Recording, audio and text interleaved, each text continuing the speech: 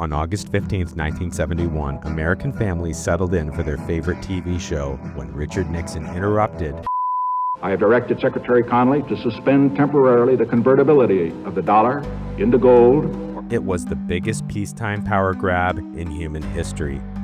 After this moment, America became the banker in a global game of monopoly and could never run out of money ever again. We are truly in this country like an incredibly rich family. Consider what happens when the banker runs out of money. The monopoly rules say when it runs out, the banker can simply cut strips of paper and write down new money.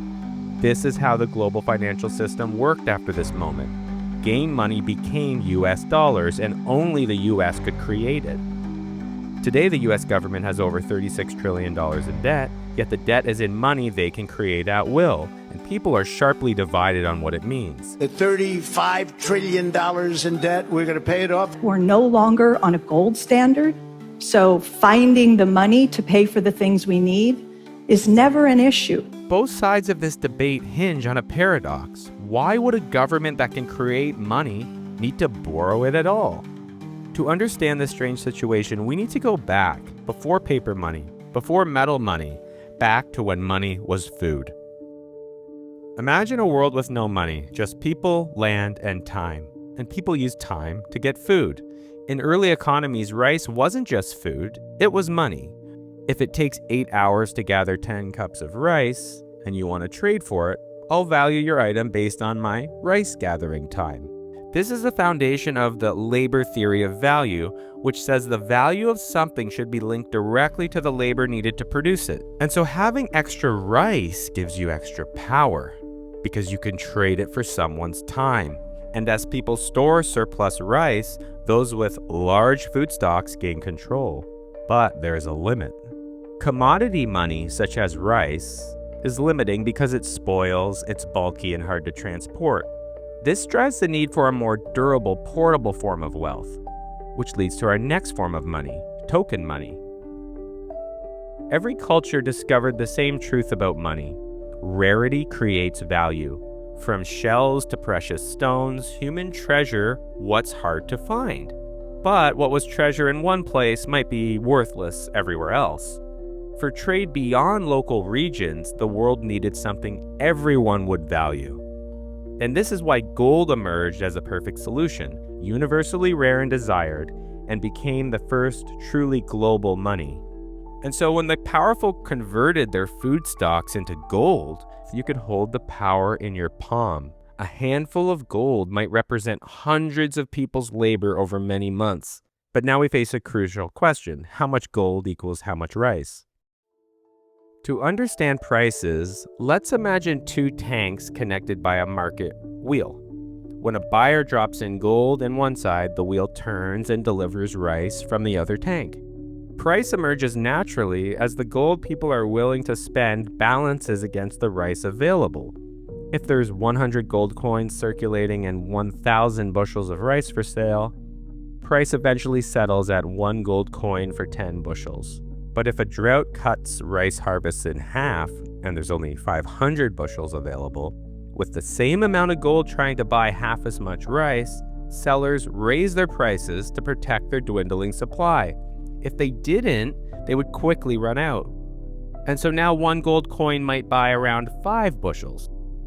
This is supply-side inflation, but with a bumper harvest doubling the rice to 2,000 bushels, there's not enough gold to buy all the rice at the old price.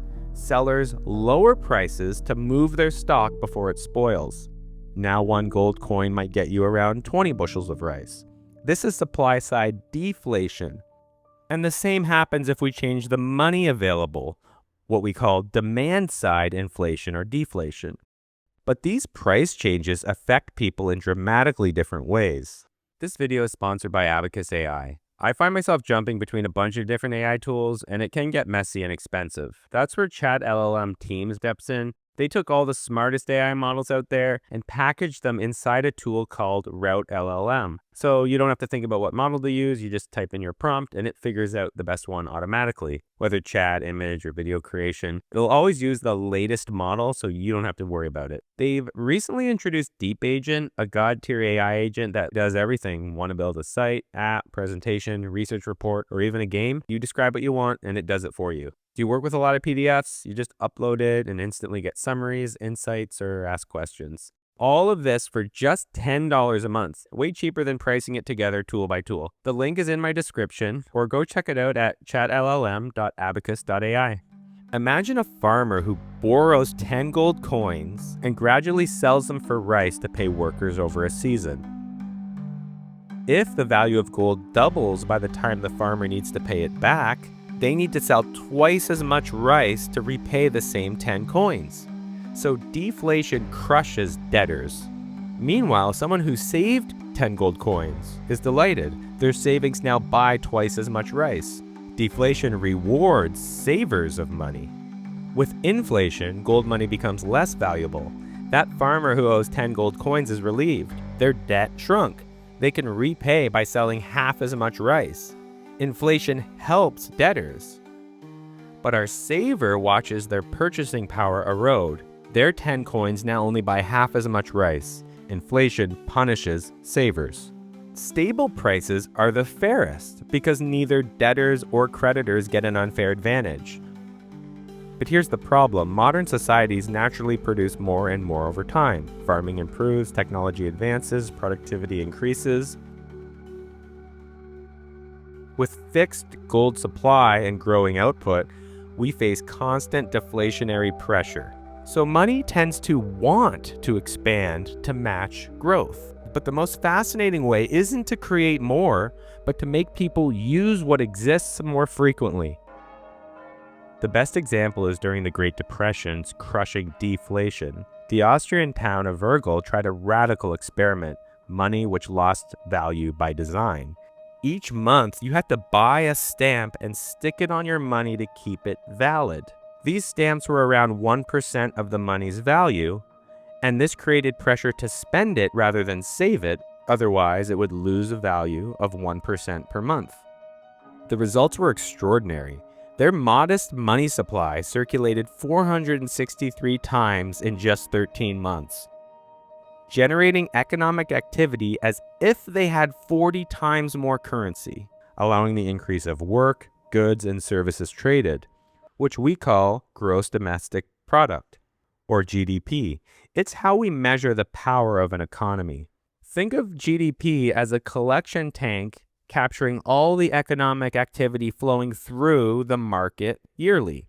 Unlike our money tank or our goods tank, the GDP tank measures flow, how much actually gets done. And this brings us to a famous equation, M times V equals P times Q, where M is the money supply, V is the velocity, how many times each unit of money changes hands per year, P is the average price of goods and services, and Q is the quantity of goods and services produced. And so when economists talk about GDP, they're measuring P times Q, the total value of all goods and services. And so economic output can grow by having more money or by having more money move faster. The next kind of expansion happens by force. So we need to add another player to the picture, the government. In ancient gold economies like the first Italian city-states, governments typically managed money through a simple taxation cycle. Spend money on public services, defense, and administration, and then tax that money back from the economy. But Venice faced an extraordinary crisis in 1171 when the Byzantine emperor suddenly ordered the arrest of all Venetian merchants and seized their warehouses, ships, and trading goods across his entire empire. Venice had to respond with immense force. They needed to build over 100 warships as fast as possible, which demanded massive spending, far more than their tax collectors would ever gather. Their solution was forced loans. Wealthy citizens had to lend gold to the state for paper certificates promising 5% annual interest, one of the earliest examples of a government bond or an IOU. and the government immediately spent the gold they collected back on armies and ships, pushing it back into circulation, while the paper IOUs, or bonds, also began circulating as money. So Venice effectively doubled its money supply. The same gold that built ships was now in workers' pockets, while the bond representing claims on that gold also circulated. And these bonds introduced something new, a floating value based on trust in government. When Venice was winning and trade booming, people valued these bonds highly. One bond dollar equaled one gold dollar. During crisis, when people doubted the government's ability to pay, value plummeted. At the lowest, people paid 20 cents on the dollar for the Venetian bonds. So they worked kind of like a prediction market. This marks the third kind of money. While the governments pioneered it, the free market would truly unleash its potential. Debt money, when Goldsmiths made a discovery that would transform money forever. Goldsmiths at the time had trusted secure vaults, and they accepted gold deposits from merchants and wealthy citizens, and gave them back paper receipts, promises to return gold on demand. And people found it easier to trade receipts than carry heavy gold, so the paper itself became money. Then came the pivotal observation. Goldsmiths noticed that only 10% of the deposited gold they held was ever withdrawn at one time. 90% of it just sat idle. Why leave it there? So they started loaning idle gold out to trusted people. When someone needed a loan, the goldsmith would give them actual gold from the vault and take an IOU, which was a promise to repay with interest. So they traded physical gold for a customer paper IOU. But these borrowers typically deposited that gold right back into the vault, since paper receipts were way more convenient. So if you zoom out and consider the whole system, it created a multiplier effect. You'd start with 10 coins being deposited, then they would keep 10% in reserve, or one coin, and lend out the other 9. Those 9 eventually get redeposited for paper notes. Keep 10% of that, lend out the remaining 8 coins. Those 8 coins get redeposited, and so on until you're down to your last coin. Through this process, the 10 original gold coins ends up supporting 100 coins in paper IOU form. So the money supply expanded tenfold due to the 10% reserve requirement. And so from that moment, roughly 90% of money in the world took the form of this debt money. Bankers soon took this logic to its ultimate conclusion. Also was ist Geld? Ein Tauschmittel. Und was ist ein Tauschmittel? Eine Vereinbarung. Wir einigen uns darauf, dass ein Fetzen Papier auszählt. Das Geld an sich nichts wert ist. If people accept paper receipts as money, why lend the gold at all? When someone needs a loan, just create new banknotes, same as the paper deposit receipts from before, and give it to them. And the borrower trades their paper IOU, which is a promise to repay. And no gold moves at all. They simply trade paper IOUs for paper IOUs. The loan itself creates the new money that did not exist before. This was arguably the most profound shift in monetary history. The power to create money from promises would become the foundation of our modern financial system. But they didn't stop there. Das ist die einzige Alternative. Banks soon realized they held another form of money, the IOUs from the borrowers. These weren't the circulating banknotes. These were the private promises from customers to repay loans that the banks were holding in their vault. But a king's IOU? Well, that was good as gold. And famously, in 1672, London's goldsmith bankers held massive IOUs from King Charles II. These royal promises seemed like the ultimate money, and the bankers made a fateful decision. They used these royal IOUs as collateral to borrow from other banks and expand lending. This created chains of credit. The King's IOU supported loans to Bank A, and Bank A loans backed by this royal debt supported loans to Bank B. Bank B used these promises to extend credits to merchants. Merchants used this credit to fund trade ventures, leading to a massive tower of credit, all based on a single promise. Disaster struck when King Charles II announced he would stop payments on his debts. This is a distant echo to what happened in 2008. Their customers are freaked out, waiting to see how low the Dow will go. They're focused on the Dow, not so focused on OPEC. Yes, OPEC did cut production, but when it Except that it was mortgage IOUs at the bottom of that tower. And the crisis revealed how the entire monetary system rested on chains of trust, and so the government had to step back in. And this is where the power grab begins. The Bank of England transformed the financial system by creating a new layer above the banks. It became the bank for the banks, known as a central bank. To join this system, banks brought cash and gold to the Bank of England and received reserve credits in return, just numbers in the central bank's ledger. This is known as base money, and only the Bank of England could create it. The reserves the banks held with the central bank limited their capacity to lend. They required their total loans to be backed by roughly 10% of reserves. If public confidence in one bank failed, such as from a bank run, the central bank would provide emergency funds or liquidity, which prevented the crisis from spreading through the system as before, like a fire extinguisher for financial panic. The Bank of England's relationship with the British government revealed an extraordinary power hidden within the central banking model. For example, when Napoleon threatened Britain's survival, traditional methods couldn't generate the resources quick enough to fight back, so they pulled the ultimate money trick. The government issued new bonds. The central bank created new money to buy these bonds, and then the government spent this new money into the economy. This was a roundabout way of the government printing money and giving it to themselves. And the USA borrowed this idea when it created its central bank, the Federal Reserve, in 1913, known as the Fed. And the Fed used this power on an unprecedented scale during World War I and II. To supply our men in battle with everything they need, and buying and holding war bonds. I buy bonds every payday, and I hold all that I've bought. When this scrap is over, I'm going into retirement and do lots of fishing.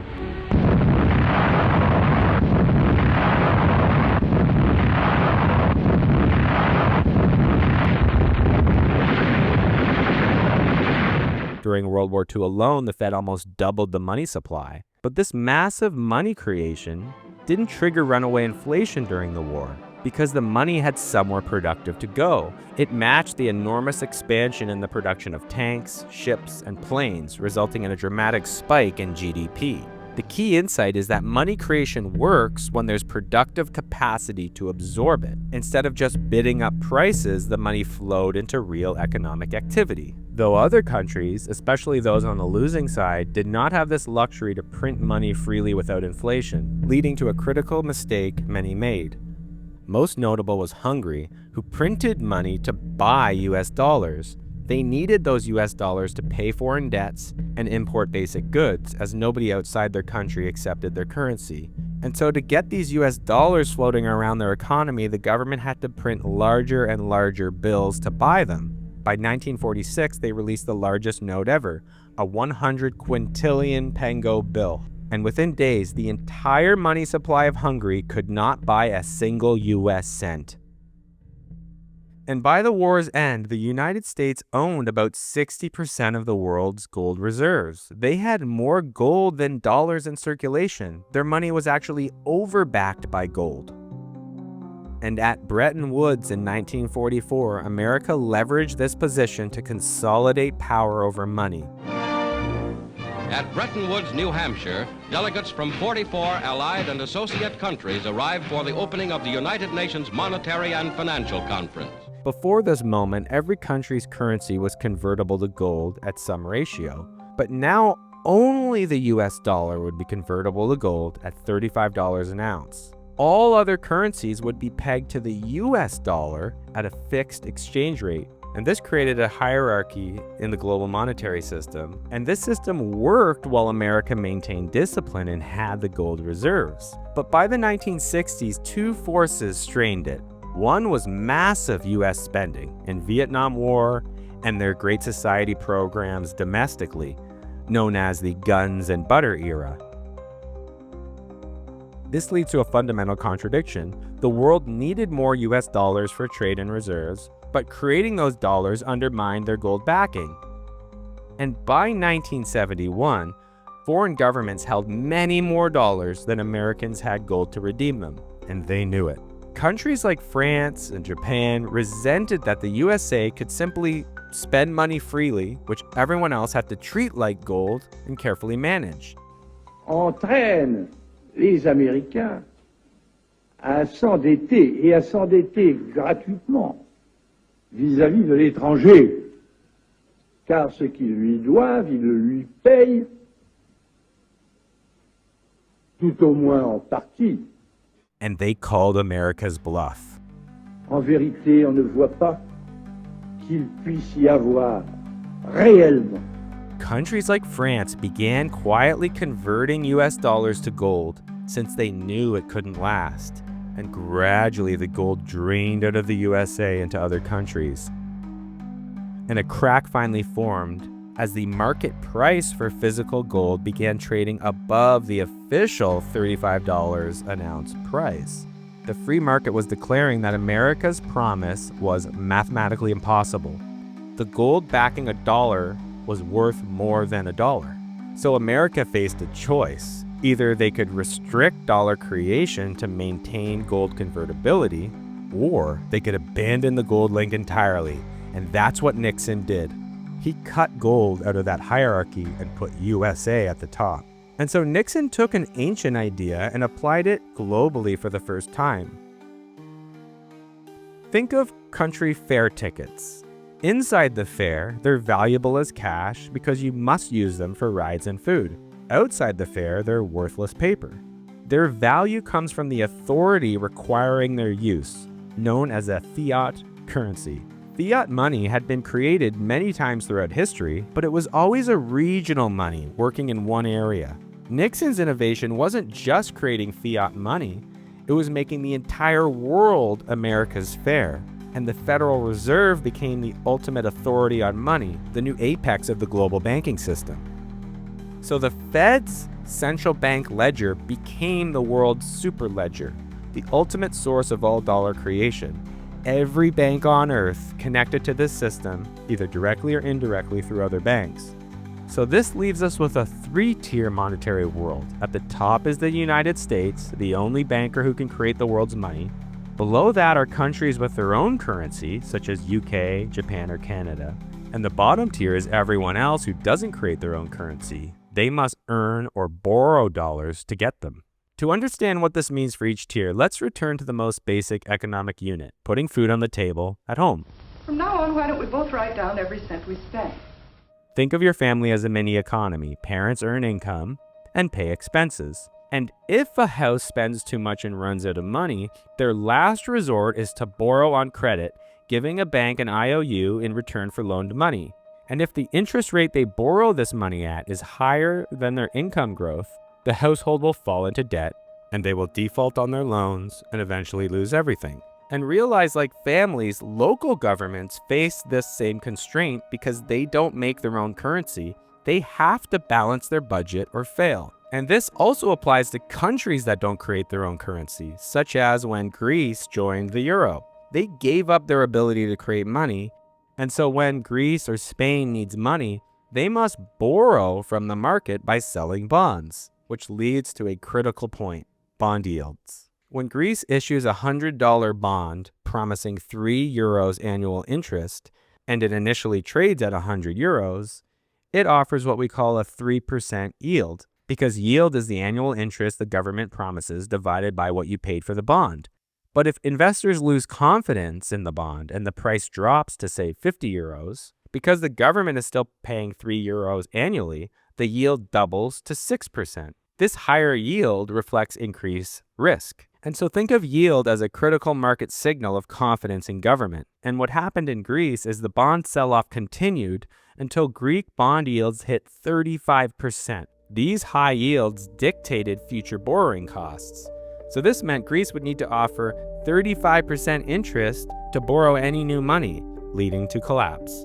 The government ultimately defaulted, paying bondholders only a fraction of what they were owed. And now let's turn to the next tier, which is countries that do create their own currencies. They have another option when they run out of money. They can create new money via debt monetization, as we've seen. But there's a catch. An economy can only absorb new money up to the productive capacity, measured by GDP. And when money creation exceeds what the economy in that country can absorb, we get inflation, general price rises across the economy. This creates an important relationship between growth, inflation, and yields.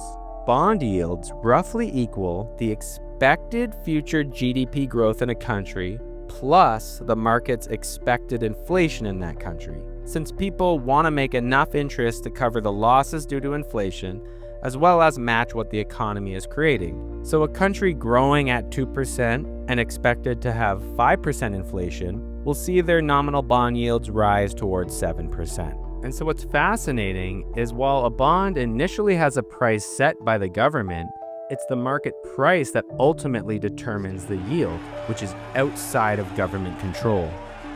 This brings us to the final tier, the United States. The dollar isn't just America's currency, it's the world's primary reserve currency, used in roughly 90% of foreign exchange trades, and makes up about 60% of foreign central bank reserves. This global role provides America with a powerful buffer against inflation that no other country enjoys. When the USA creates new dollars, they don't just circulate domestically in their economy, they flow out into the global economy through trade, investment, and foreign reserves, since everyone needs these dollars. This means the US can create more money than other nations before triggering inflation, since the impact is spread across the world. This unique position lets America issue their bonds, known as treasury bonds, far beyond what other nations could attempt.